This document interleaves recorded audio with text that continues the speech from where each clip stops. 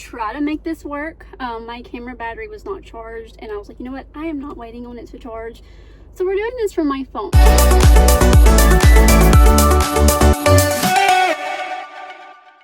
We are like days away from Silver Deception's release. That's my dark romance pen name, and I'm a little nervous about this book just because it's a why choose, paranormal, all the things like that. Let me not get ahead of myself. Hi, if you're new here, my name is Jessica Whaley. I'm a full-time romance author. I write cowboy, small town, western romances under Jessica Whaley, and then I write dark, paranormal, mafia type romances under Marlee Cross. All of my books are linked down below. They're all on Kindle Unlimited. Go check them out. I'm not going to sit here and be like, oh, read my books, but if you like anything like that, they're all linked down below. Let's just get into it. I wrote book 1, Silver Deception. Book 2 is in the works. Book 3 will be in the works very shortly. I already know how this trilogy will end. I know how I want to do how I want to do book 3. Book 2, I knew how I was going to do it. I knew everything from the moment I started this one. This is the discreet cover. The ebook cover is a model cover. This is just the paperback. So, I have always been a lover of paranormal, witchy, vampires. I grew up loving movies like Hocus Pocus, Halloween Town, like as a kid, and then that evolved into movies like Practical Magic, The Vampire Diaries, the originals, Legacies. Like, I've always loved that type of stuff. When I got back into reading a couple years ago, I read a couple books throughout the years. A couple of them would be Soul of a Witch, Her Soul to Take, Caitlin Taylor's Gallow Hills series. Like, I loved stuff like that and reading stuff like that. So I knew how bad of a book hangover I got when I was in fictional worlds like that. And when they ended, I was just so sad. And I was like, you know what? I need to write my own. I need to write my own story and do it the way I want to do it so I can fall in love with a new fictional world. At first, I did not plan on it to be why choose. That came as I was writing the book. I was like, you know what? I've always wanted to write a why choose. I like reading why chooses, so why not do it in this storyline? And it has fit perfectly.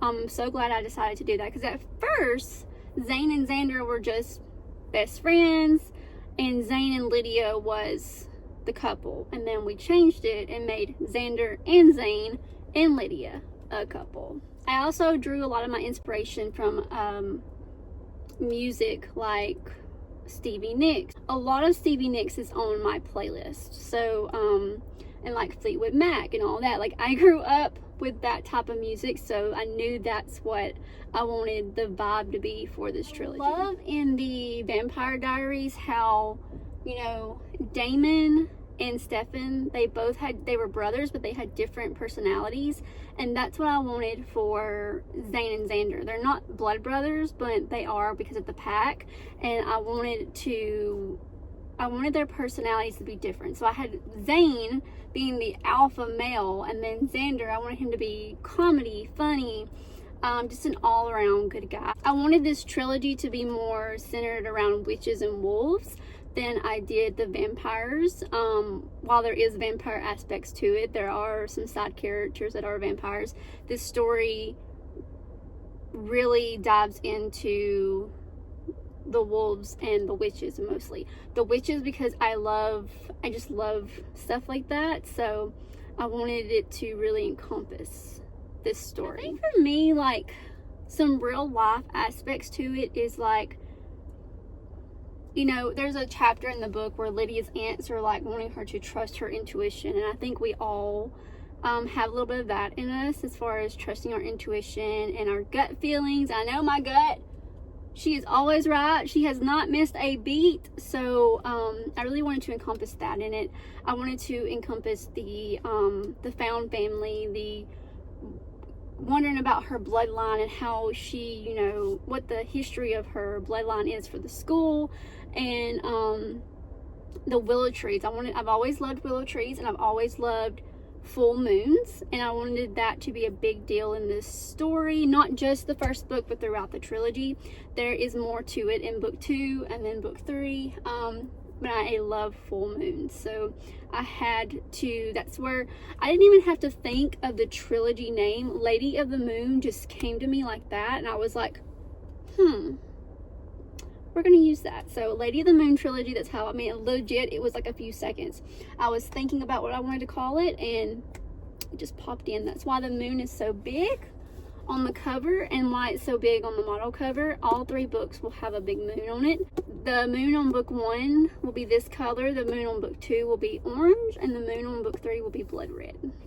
It originally had a lot of spice in it. I think the first spice scene I had was in chapter 5, and I got probably down to chapter 12 and I erased everything. I did not like that the tension didn't really build all that well, so I erased it all and I built the tension, and I don't think they have their first spice scene until like after halfway through, and I'm happy with that. I know a lot of people probably won't be, but book 2, do get more in book 2. I really wanted you to know more about the school and Lydia and the overall world you're diving into before we start with the good stuff. I will say, as far as taking out scenes, the cliffhanger has always been what the cliffhanger was going to be. The ending was always going to be that. I knew that from the beginning. I knew that's how I wanted to take it. I know when my husband is always my other set of eyes after my editor. He gets to read the book either before it goes to my editor or after it comes back from her. He gets to read the book, and when he was reading it, because he has a Kindle too, when he was reading it, he had no idea, and he threw his Kindle down and he was like, "Are you kidding me? Go write book 2." Like, he loved it, but he loves like the paranormal world too, like me. That reaction from him was everything I could have dreamed of, and I hope other readers have the exact same reaction. I think writing it, what surprised me the most was how easily it came to me. Like, how easily I was able to write this type of world where there was also fantasy elements to it, which kind of makes it a little easier because you're doing, you're able to create literally a whole world that nobody knows about with fantasy elements. It kind of like makes it, I guess, easier in a way. But yeah, I just let my imagination flow with this one. I didn't have a lot of research I had to do. I didn't have a lot of, because I already was very well known. I know the genre well because I like to read stuff like that anyways, and I watch movies like that, Teen Wolf, Practical Magic, the Vampire Diaries, the originals. Like, I can rewatch the originals over and over and over again. So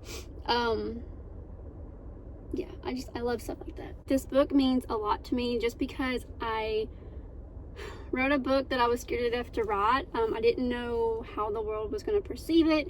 I didn't know how my hometown was going to perceive it, if any of them read it. The book has just really allowed me to be authentic, be myself, not, you know, just let my fingers fly across the keyboard, not really worrying about, oh, is somebody gonna like this, or is this gonna make somebody mad, or somebody gonna judge me too hard for this, or like people who think they know me, are they going to like shame me for what's in this book? And this book just allowed me to be me and not worry about that stuff. So I'm very, very, very grateful for book 1. Cannot wait for y'all to read book 2 and book 3. I will say, subject to change, okay, but book 2 and book 3 is coming in 2026. You don't have to wait. You have signed up to be an ARC reader for this book, or you're, you know, reading it on release day, or your support means everything to me. Thank you for taking a chance on this baby author who has no idea what she's doing. She's out here winging it, but she loves what she does. She loves that she can create fictional worlds for you and for herself. As I'm writing this, I'm in that world too. I'm getting to live through it just like you. So thank you for allowing me to live a dream that I absolutely love. I wouldn't be able to do this without you and your support. I hope you know how grateful I am. You can ask my husband. I sit and I read your reviews and I smile at your comments and your posts and your messages, and it just makes my day, because at one point in time, this girl had no idea what she was doing with life. She didn't want to live life. It was just a lot was beating her down, and through writing, I am able to find myself again. So thank you from the bottom of my heart. I am so appreciative for all your support. I plan to enjoy a release day and not do a whole lot of refreshing my computer screen. My cat just jumped on my car. She's staring at me. Anywho's, I plan on just having a fun day out and celebrating this release, because this has been a long time in the works.